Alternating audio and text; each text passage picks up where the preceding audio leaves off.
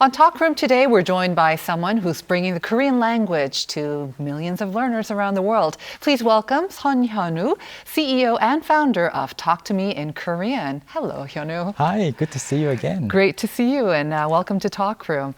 Thanks. So talk to me in Korean, but today we're going to be talking in English. Right. So you are making language learning, especially the Korean language learning, really accessible for many, many people around the world. Tell us how you're doing that. So we started in 2009. We started as a podcast and a free website. Now we have a subscription. We have 3 different apps, and we have published more than 40 different books and sold more than 1 million copies around the world. So we have social media content, YouTube, podcasts. So we basically help people learn Korean. We wanted to solve this problem of there not being enough learning materials for Korean learners. I think we've solved that completely. Right. So more than 10 million people have studied with us over the past 16 plus years. Wow, 10 million. Yes. That's amazing. And I just took a look at your YouTube channel, and you already have more than 2 2 million million subscribers. Exactly. And no lack of content. I think more than 2,000 plus videos just on YouTube alone. Right. And we have TikTok videos, Instagram Reels, and other things. So, yeah, I mean, no one can complain that there's not enough materials to study with anymore. That's not an excuse, right? Not an excuse anymore. But when you started back in 2009, again, 16, nearly almost 17 years ago, did you have any idea that it would blow up? I mean, reach 10 million in less than 20 years? To be fair, I don't really agree that it has ever blown up because everything was linear growth in my own eyes. Hello everyone, welcome back to Talk to Me in Korean's Korean shopping phrases, and you're watching Talk to Me in Korean. In most shops, when they want to say welcome, they say 어서 오세요. 네, 어서 오세요. Okay. I was sure that it would grow. I just didn't know in what form or in what shape, how many people will be on the team. But I was very certain of the vision and the direction. What was it like when you first opened it, the podcast, and what was the initial reaction like? Well, because back then, the majority of people who were actually studying Korean were learning for a purpose. They wanted to work in Korea. They wanted to, talk to their in-laws in Korean. So they had specific realistic and practical purposes. So it was very well received because people were struggling with materials, like I guess lack of materials. Right. So yeah. But now there's no lack of materials, and I bet a lot more people interested in learning the Korean language. Obviously for the reasons that you mentioned before, but for a bigger reason because they want to maybe consume the content that they love, K-pop, K-dramas. Are you really feeling that in the growth in interest worldwide? So when a piece of content goes viral or a show goes viral or a movie, so from my point of view, it's a little different from what other people might think. So for me, it's kind of like a big rock dropping in the middle of the ocean, somewhere where I can see it, but it's not immediately on the beach. It's coming, the waves are coming. The ripples, it takes time. Yeah, the ripples are coming. It usually takes about a couple of years before I see a huge increase in the number of actual serious learners. Really? So even after K-pop Demon Hunters, we see lots of tourists coming. But if you think about all the other foreign shows that became popular in Korea, just because somebody watched a Spanish language show, they don't start learning Spanish right away. So it's kind of like that. So it is our job partially to encourage those people. Hey, did you enjoy K-pop Demon Hunters or this show. How about learning Korean? So kind of being next to that content online because everything's watched online. I see. You must come across many of those people who come to Korea. Maybe they had seen you online, trying to learn Korea before they got here. Do you come across many people like that? Almost every week. Almost every week? Yeah, almost every week. Sometimes almost every day because our office is in Hongdae, where lots of tourists do come for a visit. So I do bump into a lot of people. And funnily enough, oftentimes it's not, the first line they say is not 안녕하세요, hello. It's like, I speak Korean because of you. Oh, so it's really sweet. Really sweet and rewarding for all those hours and long. Rewarding and also very considerate. They obviously don't want to take up too much of my time. Right. They don't want to sound awkward. They want to just give me the core message only. I speak Korean because of you or thanks to you. That's the best thing that you could hear, right? I love it. I love it. Well, as K-content sort of continues to spread around the world, what do you think is the role of the Korean language in particular in helping to spread that? Well, I'm not sure whether it's the Korean language that is spreading, I guess, K-content more, but I think it should be what will spread the K-content more in the future. What I mean is people were, in the past, let's say 20 years, 30 years, people were, I guess, simple watchers, viewers of dramas. And then they evolved into listeners of K-pop songs. And I think they're, as a whole, transitioning into speakers of the Korean language. And when somebody becomes a speaker of a certain language, they will naturally continue consuming more content. So I personally believe that in order for K-content to even develop further and maintain its popularity in the long run, more people should speak Korean. And you're helping them do that. I try to. A lot of foreigners will say that Hangeul, the Korean alphabet, is easy. And it is, right? It's very easy. But Korean, 한국어, is very difficult. Do you agree with that? I agree, absolutely. Why does it have to be that way? I mean, every language in the world, out of all the 6,000, 7,000 languages in the world, no language is unnecessarily difficult, in my opinion. Everything has evolved to be the most efficient form. But it's just Hangul that is exceptionally easy to learn. So it's not the fault of the Korean language. I think we should blame Hangul being so scientific and easy to learn thanks to Sejong Daewang. But it's a good kind of, Hangul does a very good job of being a salesperson, luring people in. Right, with the easy Hangul first. Yeah, please come into our building. And the next floor will be the 10th floor. You have to climb up the stairs. But it's fun. Hangul is very, very nice to start with. As someone who has been teaching Korean for a long time to people, speakers of different languages, maybe from their feedback or what you've observed as a Korean speaker yourself, what do you think are the kind of the unique charms or qualities of Korean, aside from the very easy alphabet? I think at first, this might not become very evident to learners, but once you can have simple conversations with Korean people, the Korean language is very high context. Yes. And also, it's very closely tied to the relationship that you have. Because oftentimes, you don't even say the subject of a sentence. Yes. You just say the sentence without any subject in the whole phrase. And you know, and the other person knows exactly how polite you are being with the suffixes that are used or not used or dropped or omitted. So it's very relationship biased, relationship based. That's a lot of fun.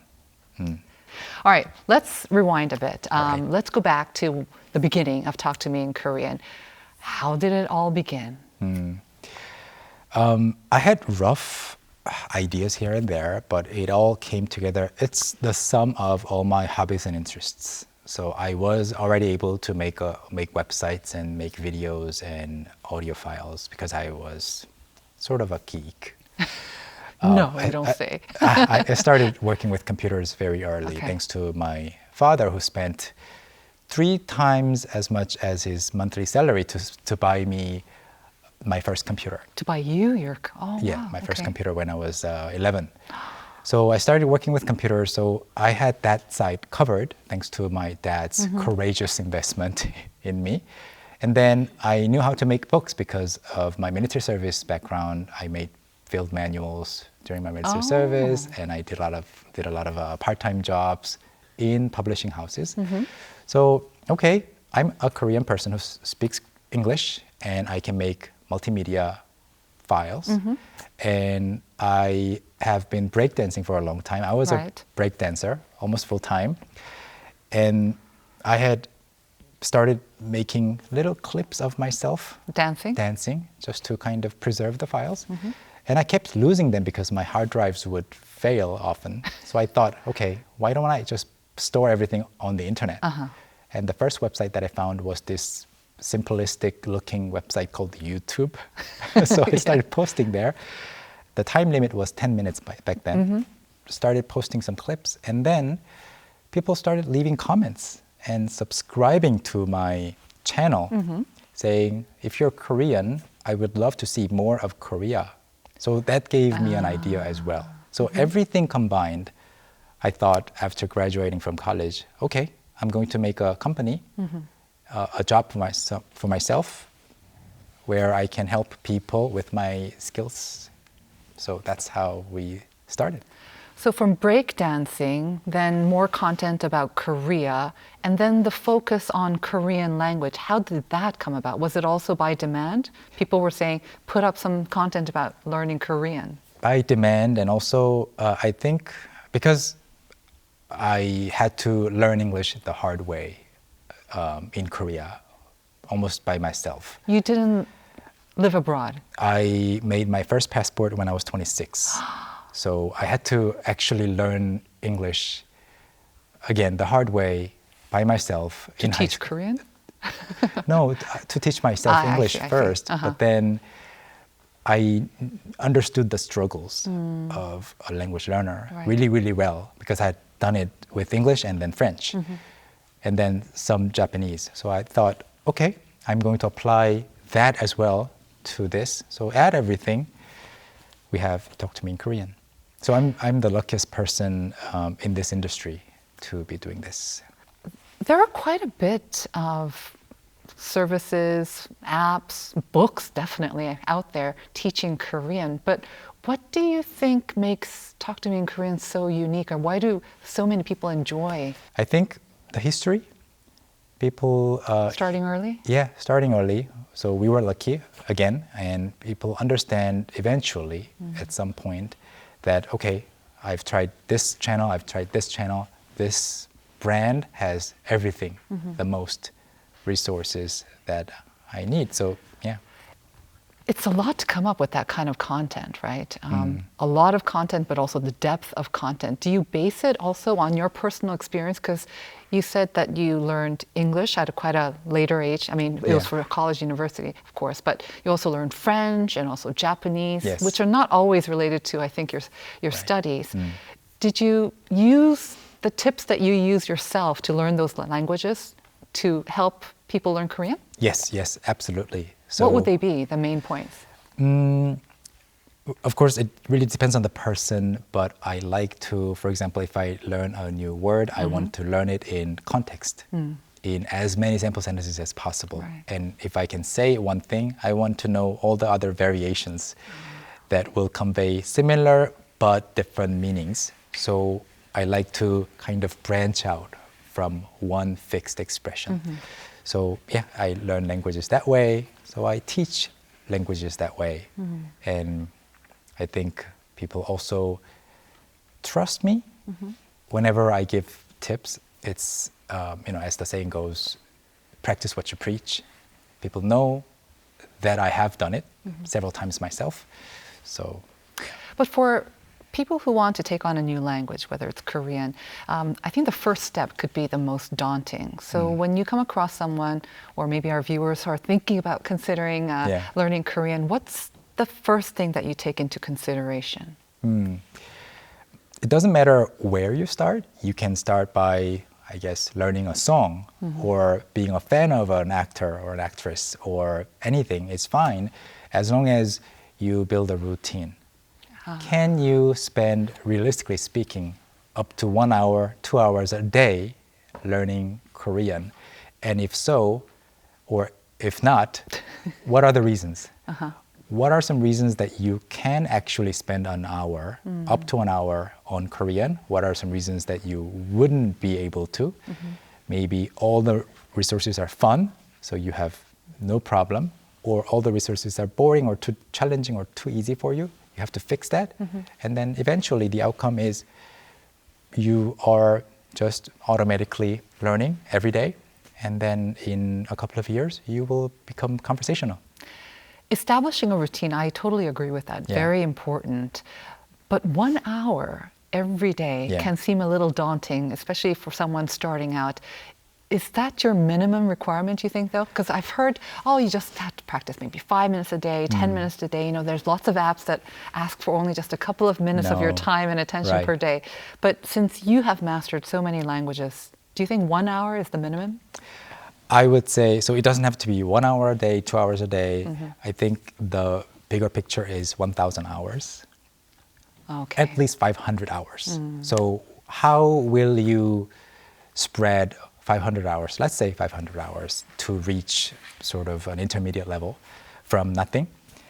How will you fill up those hours? Will it be 1 hour each day, 5 times a week? So let's take the weekend off, 5 hours a week. And there are 52 weeks in a year. So let's take 2 weeks off for vacation. So 50 weeks times 5, it's 250 hours. Then it'll take 2 years for you to reach the intermediate level if you can study for an hour every day. I think it's too little or too long, 2 years. So I want to say spend 2 hours a day. So that'll give me 1 year as a time frame. Right. Okay. From one room at home to reaching learners around the world. That's where Hyun-woo's journey began. Let's take a look.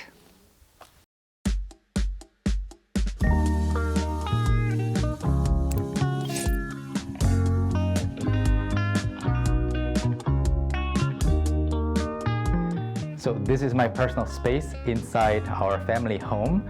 This is where I work and have some fun and also study.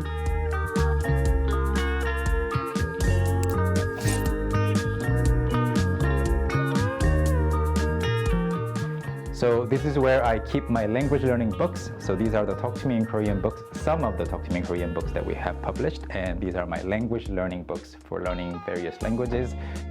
And some of my hobbies are here as well. VR headset, a drone, some of my cameras. So everything's in one place.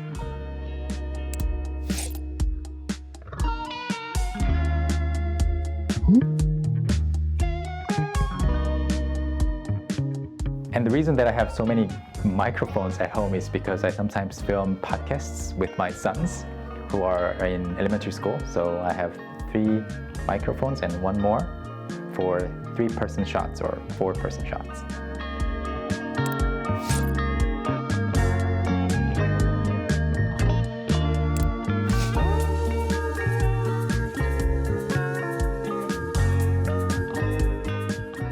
And another hobby that I have is driving, and sometimes it can be a hassle to actually go to the circuit. So sometimes I come here and sit here like this and drive.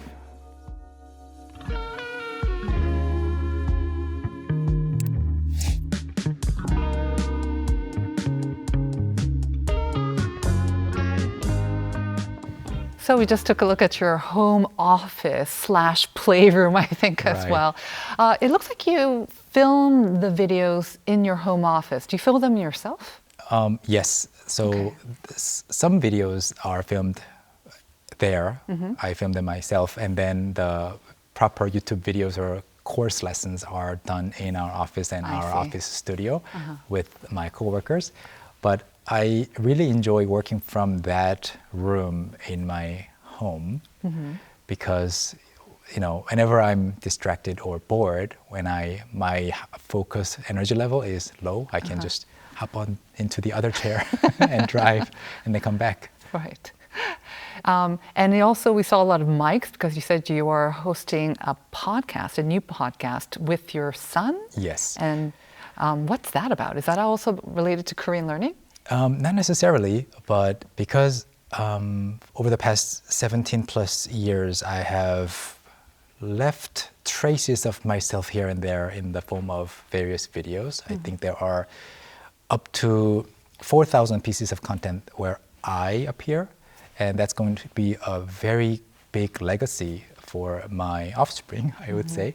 So I wanted to create something similar with my sons where we talk. We talk for up to 20 minutes together, the three of us or the four of us with my wife as well. We've published so far 7 episodes, and it's great to watch the whole conversation together on the living room TV. And that, I say playroom because you had so many sort of remnants of your hobbies, Right. all concurrent, I think. Right. I don't know how you find the energy or the time to do all of them, but why do you have so many hobbies? It's like a 취미 부자. Is it because you need time off of work, or why so many hobbies? Well, all of my hobbies are actually quite similar. So just like I started learning languages because I wanted to broaden my horizons. I wanted to go from not understanding any word in Japanese or French to being able to talk to people in those languages. Breakdancing, I just randomly saw some breakdancers on the street, and I was like, okay, I want to learn. And then it's a very similar process of really arduous, continuous training. So it's all about training to reach a higher level gradually. It seems like you're not addicted to like different hobbies. You're addicted to the process of learning and mastering something. Yeah, rather than mastering, I would call it growth. I love the idea of being better than, say, I was 2 or 1 year before. So You're always like this as a child as well? I think I was. And my parents were always very supportive of this idea. Okay, you will be all right. You can try. You won't do anything stupid. You must have been a special child for your father to invest so much in getting you a computer at 11 too, I'm thinking. Maybe I was very stubborn. Learning a foreign language really opens up, I think, different doors and windows, and it almost a different aspect of your personality sometimes comes alive as well. How has your life changed since you made that sort of willful sort of determination to master spoken English, and then from then on, of course, you learned and tackled other languages? How would you say your life has changed most? Now I think I am more willing to try new things because I was, of course, scared to jump into this project of learning English, and then I did it. I saw that it worked, and then the second project that I actually threw myself onto was breakdancing. And I was able to break dance on stage. I was able to compete in battles and stuff. So I thought, okay, this works. Let's try something else. And I tried learning French. It kind of worked.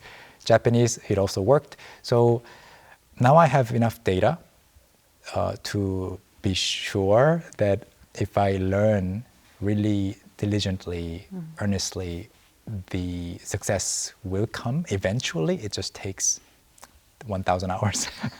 As a sort of a pioneer in the teaching of Korean language to people around the world, how do you think, or how do you see it evolving going forward? Like you said, there's so many tools out there. What's next for learners of Korean? Well, it is becoming easier and easier to learn Korean because of, or thanks to all the technology and the abundant resources that you can get. But at the same time, it's becoming harder because of all the notifications and all the short form that distractions. So I think learning Korean successfully as somebody who's interested in Korea, Kculture, Kcontent, learning Korean successfully will naturally lead to other types of success in your life. So I think Korean learning, I would be as bold as to say, is necessary for you. If you want to do well in other areas of your life, Korean learning will be like your first round if you can learn Korean really well, you'll do so well in other areas of your life. Okay. If you learn Korean, you could improve your life. Exactly, change your life.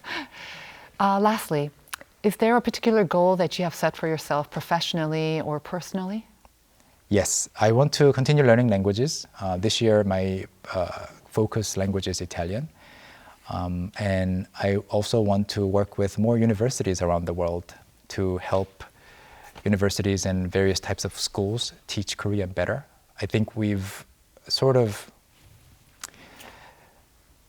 conquered the B2C market, and we want to do better in the B2B, B2E market as well. That's my goal. Well, today's conversation with Hyun-woo reminded me that passion can be a powerful driver of personal and professional growth. And we wish him the best of luck as he continues on his journey, learning new languages and, of course, bringing Korean to more people around the world. So, Hyun-woo, thank you so much for coming on Talk Room, and we wish you the best. Thank you so much for having me. It's our pleasure.